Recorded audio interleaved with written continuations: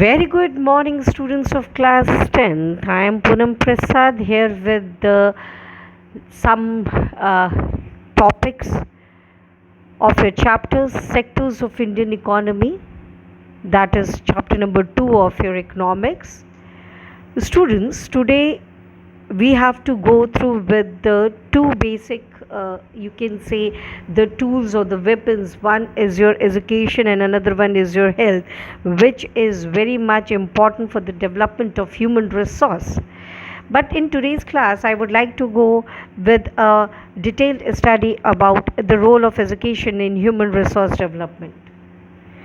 Children, today's topic is importance of education in India with respect to the girls' education. It means education for all. It means it includes both the boys as well as, but more focus on the girls' education to you can say the women empowerment, or you can say to make the girls more and more self-reliant.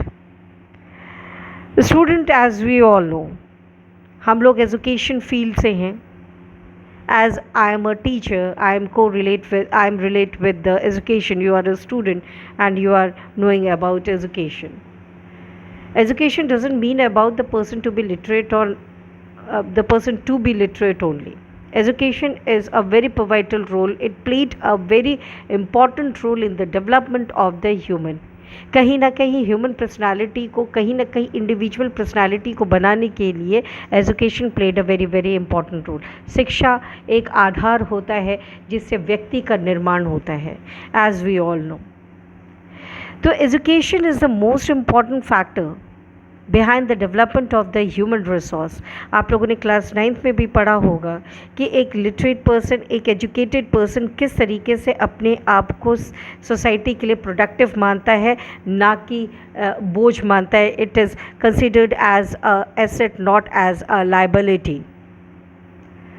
तो आज के परिप्रेक्ष्य में अगर हम देखें, both the individual as well as the government, you can say the individual, the family or the community or the society or the government, they are knowing very well about the importance of education in every walk of the life. आज हम educated हैं. सबसे बड़ी बात, अगर हम educated है तो we think broad, we think logically, we think scientifically. मैं इसमें ये भी कहूँगी we think emotionally also, but कहीं ना कहीं हम जो काम करेंगे वो सेल्फ सेंट्रिक ना हो के सोसाइटल सेंट्रिक होंगे.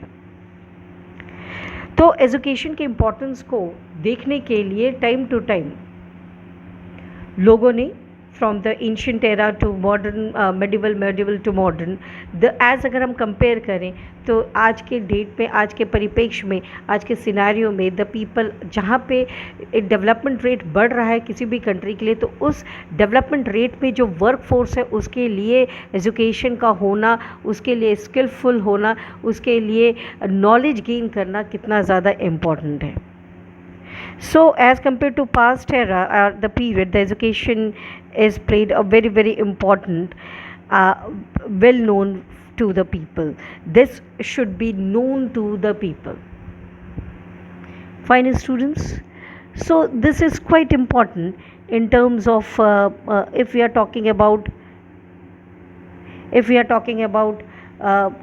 the importance of education. So it is quite ready. The next is about the constitutional amendment. अगर इंडिया में डेवलपमेंट हुआ है एजुकेशन का, तो उसका आधार क्या है? उसका आधार स्टार्ट हुआ था मॉडर्न पीरियड ऑफ टाइम से ही. लेकिन modern of period of time से, जहाँ पे कॉलोनियल गवर्नमेंट ने एक वेस्टर्न एजुकेशन को इंक्लूड करने की कोशिश की इंडियन सोसाइटी में, जहाँ इंडियन सोसाइटी वैदिक पीरियड से फिर बुद्धा पीरियड और बुद्धा पीरियड से फिर वो इस्लामिक पीरियड में आया. उसके बाद जब वो मॉडर्न एरा में आए तो कहीं ना कहीं जो एक ट्रेडिशनल एजुकेशन सिस्टम था, उस ट्रेडिशनल एजुकेशन को उन्होंने कन्वर्ट किया into the modern education system, जिसको को रिलेट किया उन्होंने वेस्टर्न वर्ल्ड से. लेकिन after you can say independence, जो Indian government they put effort for improving the education in terms of like constitutional amendments are 2002, that is 86th constitutional amendment 2002, which include a new article, that is 21A of the part 3. Here the constitution has make a free and compulsory education to all the children of the age group of 6 to 14 years. आप कहेंगे madam 6 से पहले क्यों नहीं? क्योंकि बेटा बच्चा पढ़ना ही शुरू करता है 6 ईयर्स से। तो it is include of 6 to 14 years, यानी जो बच्चा 6 और 14 साल के बीच में है उसके लिए एजुकेशन, ये उसका राइट है। It is a fundamental right to get education, right to education. और इसके साथ साथ it is focusing more and more to get the quality of education to all the children of this age group, and also the policies and programs made by the government strictly implemented the education for all. The government has also spent money on the areas to get the elementary education by at national level by opening of a number of schools, चाहे वो elementary schools के लिए हो, secondary, higher secondary, ये जो schools हैं उनको उनकी संख्या उन्होंने बढ़ाई। किसने बेटा? गवर्नमेंट ने। Government at both the centre as well as the state level. Enrolment, उनका मकसद क्या था? इनका मकसद था इनरोलमेंट रेशियो को इंक्रीज़ करना। And the government has focused not only to increase the enrolment ratio but also for the overall development of a child, to provide or to give a quality education on the one side, to give skill development on the other side, and in the term of enhancement of the knowledge, which in totality it make a person or individual fit for the society, यानी वो society के लिए fit है, इस society को कार्यरत कर सके, सोसाइटी में अपना योगदान दे सके। इसके लिए उन्होंने एजुकेशन को और ज़्यादा फोकस किया। गवर्नमेंट ने और ज़्यादा इम्प्रूव करने की कोशिश की, जिससे कि एक जनरेशन जो निकल कर आए, जो आफ्टर गेनिंग एजुकेशन वो उसकी सोच ट्रेडिशनल के साथ साथ वेस्टर्नाइज्ड भी हो, साइंटिफिक भी हो, and they can utilise their power of knowledge to the development of a society, and ultimately it leads to the development of a country, children. Fine.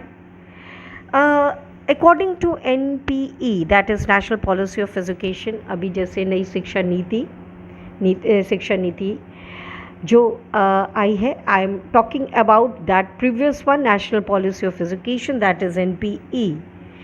Basically they focused more on the education to all. उनकी नज़र में सबसे important था कि to give the education to all, it means to every section of the society. Education should be free, education should be compulsory, specifically for the 6 to 14 years of children. और ये elementary education के साथ साथ secondary, higher secondary and the education at professional level, और you can say at university level. According to NPE, education is only a tool or the weapon through which we can reduce the gap between the in terms of social, in terms of regional imbalances. जो regional और social disparities है, gender based disparities है, social based disparities है, या regional based disparities हैं, उसको, उन imbalances को हम, एक जो वाइड गैप है उसको हम फिल कर सकते हैं एजुकेशन के through. This is true children, कि कहीं ना कहीं शिक्षा ही एक ऐसा आधार है, एक ऐसा, आप इसको स्तंभ कह लीजिए, इट इज़ अ पिलर, और यू कैन से इट इज़ अ वेपन। ये ऐसा हथियार है जिसके, जो लोगों की मानसिकताओं को बदलने में सबसे बड़ा कार्यरत या कारगर साबित हुआ है। Next important is the women empowerment. It means women सशक्तिकरण, महिला सशक्तिकरण। ये कब होगा? जब हम गर्ल्स को एजुकेशन देना शुरू करेंगे। करेक्ट स्टूडेंट, गर्ल एम्पावरमेंट का सबसे इम्पॉर्टेंट, या विमेन एम्पावरमेंट का सबसे इम्पॉर्टेंट टूल ही है एजुकेशन। एजुकेशन से वो स्वावलंबी बन सकती हैं, सेल्फ रिलायंट बन सकती हैं। They can earn their livelihood, they can earn for their livelihood children. वो किसी के ऊपर डिपेंड नहीं हो सकते. और इसके अलावा इरेडिकेशन ऑफ सोशल डिस्पैरिटीज़ जैसे मैंने भी कहा, और enhancement in terms of equality. It gives to think about the freedom, it gives to think about liberty, it gives to think about. कभी आप लोगों ने सुना होगा कि जब जब क्रांतियाँ हुई हैं, जब जब चाहे वो फ्रांसीसी क्रांति हो, that is your French revolution और रशियन रिवोल्यूशन, कहीं ना कहीं द स्कॉलर्स और यू कैन से the learned people of the society कहीं ना कहीं उन्होंने ही कह सकते हैं सत्ता परिवर्तन का आगाज़ उठाया था. और बट अगर हम इंडियन पर्सपेक्टिव में कहें तो India is a democratic country. We need to enhance the education and we provide education to all. Students, you have heard about Sarva Shiksha Abhiyan SSA in your class 9th also. Basically सर्व शिक्षा अभियान, जिसमें आप लोगों ने TV पे भी पढ़ा होगा, सब बढ़ें सब पढ़ें, सब पढ़ें सब बढ़ें. We can have Sarva Shiksha Abhiyan. Main aim is to provide the basic, or you can say elementary education to all the children of every part of the society. It was launched on 2001-2. Properly, the government has allocated money for enhancing the elementary education in the 10th 5-year plan 2002 to 2007. Bada number of you can say the huge amount has given for improvement of the education in the 10th 5-year plan. Nearly 75% जो था वो उसकी growth थी as compared to 9th year plan के हिसाब से. Achievement of SSA was to opening of new schools, constructions of new schools building, additional classrooms, drinking and sanitation facilities provided, appointing the teachers, giving trainings to the teachers, improvement in terms of education curricular activities, syllabus of the children, syllabus of the education. It means the curriculum syllabus, all these has to be improved. All these were improved, or you can say that were the aim in front of the सर्व शिक्षा अभियान. सबसे important था उनके लिए कि वो इन चीज़ों को और ज़्यादा फोकस कर सके. और उन्होंने मनी दे हैव एक्सपेंडिचर जो था, they have put there expenditure, और कहीं ना कहीं ये कारगर भी साबित हुआ. मिड डे मील की वजह से जो बच्चे गांव में, खासकर रूरल इंडिया में जहां एजुकेशन का महत्व कम था, वहां पे एजुकेशन के महत्व को बताया गया. To give the importance of education. एक मानसिकता बनी हुई थी रूरल इंडिया में कि बच्चे पढ़ेंगे तो, खासकर महिलाएं कहती थी अगर बच्चियां पढ़ेंगी तो घर का काम कौन करेगा, बच्चे अगर पढ़ेंगे तो खेत में काम कौन करेगा. तो इन मानसिकताओं को कम करने की कोशिश की गई. बताया गया about the education, importance of the education in one's life, किस तरीके से बच्चे अपना डेवलपमेंट कर सकता है और उसके डेवलपमेंट में एजुकेशन क्या रोल निभा सकता है, शिक्षा क्या रोल निभा सकता है, उसकी क्या जगह है. That should be inform to the parents of the children. और खासकर मिड डे मील स्कीम की वजह से हुआ क्या, एक वक्त का खाना मिल रहा है, स्वस्थ पौष्टिक भोजन मिल रहा है बच्चों के लिए, तो चलो इसी बहाने वो लोग जाके पढ़ेंगे. अटेंडेंस बढ़ने लगी. बेसिक था enrollment to enhance the enrollment of the people, of the students. इसी के अंतर्गत जैसे मैंने आपको पहले भी कहा, वुमेन एम्पावरमेंट या वुमेन एजुकेशन पे जोर दिया है एजुकेशन सिस्टम ने. तो हम इस पर चर्चा करेंगे कि 1 स्कीम्स वर देयर कि national programme for education of girls at elementary level NPEGEL. The program is aiming on the enhancing the girls' education by providing, you can say, additional support for development of model girls child friendly school in every cluster, especially on the rural Indias. Focus more and more enrollment of the girls children, जहाँ पे rural India में boys को ही पढ़ने की इजाज़त नहीं दी जा रही थी। अगर हम ये कहें कि सिर्फ इजाज़त नहीं, आर्थिक स्थितियाँ या आर्थिक तंगियाँ भी थी जिसके वजह से the boys were not able to get the education. तो ऐसे कंडीशन में गर्ल्स के लिए तो सबसे ज़्यादा चैलेंजिंग था। तो जब सरकार ने उनके सामने रखा और सबसे इम्पॉर्टेंट था कि गर्ल्स कितना पढ़ेंगी और कहाँ तक पढ़ेंगे।